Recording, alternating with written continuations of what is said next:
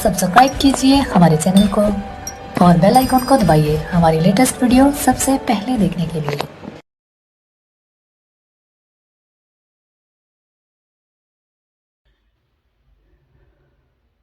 बिस्मिल्लाहिर्रहमानिर्रहीम। आज का हमारा टॉपिक है नर्वस सिस्टम।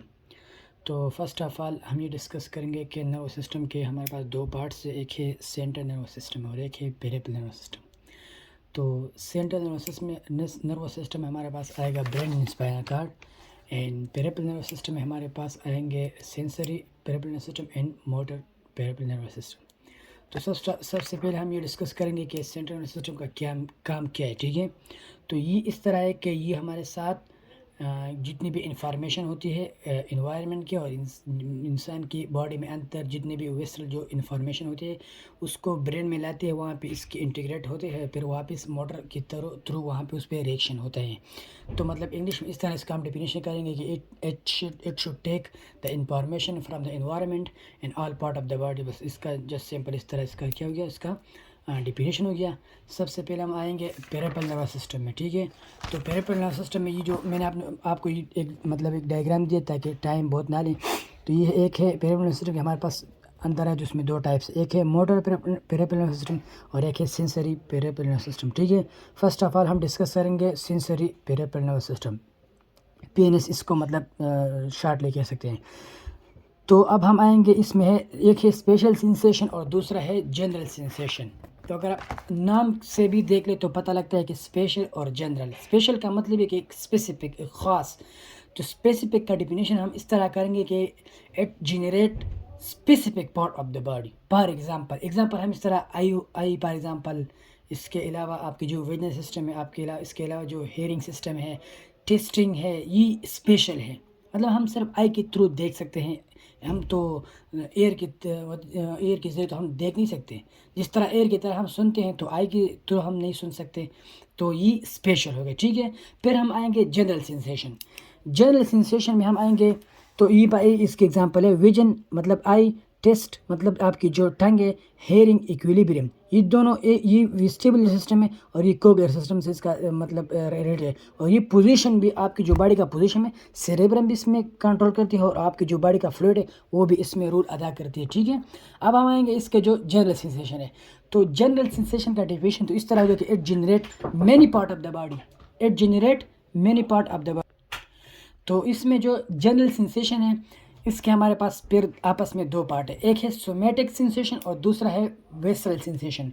अगर नाम से देख ले तो ये जनरल सेंसेशन में वेसरल वो होते हैं जो हमारे कंट्रोल में नहीं होते। फॉर एग्जांपल इस तरह ना कि जो मतलब अंदर के जो वेसरल में जो पेन होता है वो जो ब्रेन में जाता है, तो ये एक लिहाज से इन्वॉलंटरी है। जैसे डल पेन वगैरह हो गया ना, डल पेन नहीं, डल साउंड, डल पेन और इस तरह की जो वेसरल हो गया। और दूसरे जो है ना दूसरी तरफ आते हैं सोमैटिक सेंसेशन। तो somatic sensation for example skin का जो स्किन जो इंसान की स्किन है इस पे जो सेंस होता है। इसके अलावा लोकोमोटिव सिस्टम मतलब फॉर एग्जांपल लेगामेंट, टेंडन और इस तरह मसल्स वगैरह वगैरह जो इनका जो सेंसेशन होते हैं। ये जो वेसरल है ये डीप सेंसेशन के, मतलब मैंने आपको बता दिया कि वेसरल। और जो सोमैटिक है ये सुपरफिशियल है। सुपरफिशियल आप मतलब टेम्परेचर वगैरह, पेन, इस तरह के। फिर यहाँ पे एक वर्ड आता है proprioception. What is mean by proprioception, it is a important question. तो इसका हम इस तरह डिफिनेशन करेंगे, जितने भी सेंसेशन हैं मतलब जितने भी सेंसेशन है एज अ ग्रुप, वो हमारे मतलब लेगामेंट से, टेंडन से वो जाते हैं सेंट्रल नर्वस सिस्टम में, मतलब ब्रेन और स्पाइनल कार्ड में एज अ ग्रुप। इसको हम क्या कहते हैं, प्रोपोरिसेप्शन। फिर हम आएंगे यहाँ पे जो मतलब ये तो हो गया। इसके बाद हम डिस्कस करेंगे जो पेरिफेरल नर्वस सिस्टम है, जो मोटर सिस्टम है ना, हम अब उसको डिस्कस करेंगे। तो अब हम वो तो हमने सेंसरी PNS हमने कर दिया। अब हम आएंगे मोटर PNS। ठीक है, पेरिफेरल नर्वस सिस्टम। तो मोटर में हमारे पास ये आते हैं ना कि सोमैटिक मोटर रिस्पांस और ऑटोनॉमिक मोटर रिस्पांस। इस ऑटोनॉमिक को आप इस तरह भी कह सकते हैं कि इनवॉलंटरी। ठीक है, अब हम आएंगे यहाँ पे सोमैटिक मतलब ये है ना कि आपके कंट्रोल में हो, जिस तरह ये बाल पेन में ले लिया और नहीं, मतलब ये एक रिएक्शन होता है। तो रिएक्शन के थ्रू ये आपकी मतलब आपकी कंट्रोल में है। आप बॉलिंग करते हैं जो सोमेटिक सिस्टम, रिस्पांस, मोटर, ये आपकी कंट्रोल में, आप कोई चीज़ लेते हैं देते हैं, ये आपके कंट्रोल में, क्योंकि ये आपकी मसल और स्केलेटल मसल के इसका रिलेशन है। जबकि दूसरी तरफ हम आए तो वो ऑटोनोमिक है। तो ऑटोनोमिक का मतलब ये है कि ये आपके कंट्रोल से बाहर है। तो इस ऑटोनोमिक में हमारे साथ दो सिस्टम है, एक है सिंपैथेटिक और दूसरा है पैरासिम्पैथेटिक। ठीक है, अब हम आएंगे कि सिंपैथेटिक क्या है और पैरासिम्पैथेटिक क्या है। तो फिर हम पहले हम सिंपैथेटिक को डिस्कस करेंगे। और ये जो हमने लिखे ना, ये जो वर्ड स्ट्रेसफुल, मतलब स्ट्रेस की सिचुएशन में होते सिंपैथेटिक सिचुएशन, मतलब ये नॉर्मल नहीं होते।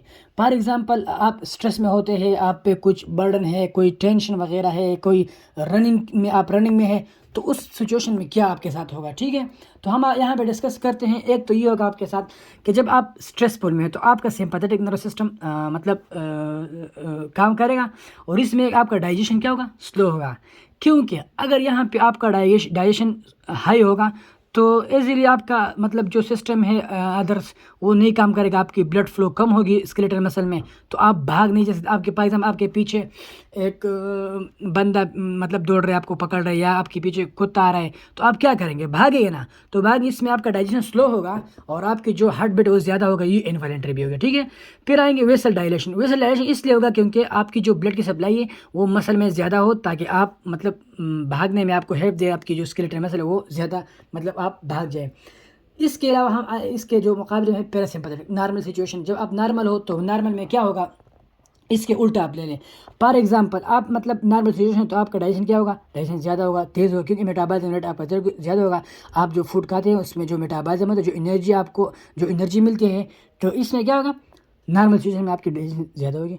इसके अलावा जो हार्ट बीट है वो भी आपका जो है ना नॉर्मल सिचुएशन में मतलब नॉर्मल, बिल्कुल नॉर्मल होगा। और जो ब्लड का जो सिस्टम है, ब्लड जो सिस्टम है वो आपका ब्लड वेसल जो है ना वो कंट्री को मतलब आराम से होगा। ठीक है, ये हो गया हमारे पास पेरिफेरल नर्वस सिस्टम। अब हम डिस्कस करेंगे। तो अब मैंने आपके लिए मुख्तसर डायग्राम निकाला जो बनाया ना, तो ये है central nervous system. Central nervous system में आप एक बात याद रखना कि इसमें हमारे पास आता है ब्रेन और स्पाइनल कार्ड। ये एक बेसिक मतलब दो पार्ट्स है ना सेंट्रल नर्वस सिस्टम में। तो ब्रेन और स्पाइनल कार्ड का ये मैंने एक मुख्तसर डायग्राम निकाला, इसको बिल्कुल आप जूम करके मैं आपको दिखा सकता हूँ, आप देख लें यहाँ पे।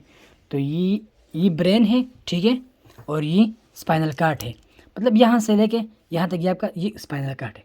अब हम आएंगे ब्रेन के पार्ट में। ठीक है, ब्रेन के हमारे पास कितने पार्ट है, ब्रेन के 5 पार्ट है। कितने पार्ट है, 5 पार्ट है।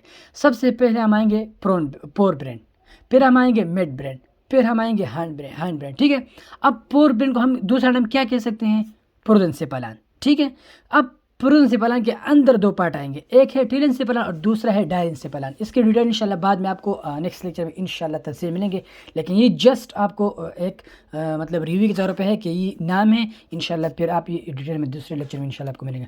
फिर हम आएंगे मिड ब्रेन, तो मिड ब्रेन में कोई दूसरा पार्ट नहीं, बस जस्ट सिंपल मिड ब्रेन है।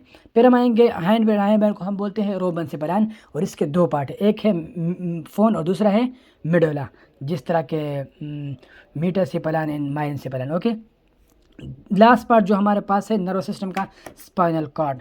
तो ये आज का हमारा मुख्तसर था लेक्चर। तो इंशाल्लाह नेक्स्ट लेक्चर में हम ब्रेन के एक एक पार्ट को डिटेल पे डिस्कस करेंगे। और बस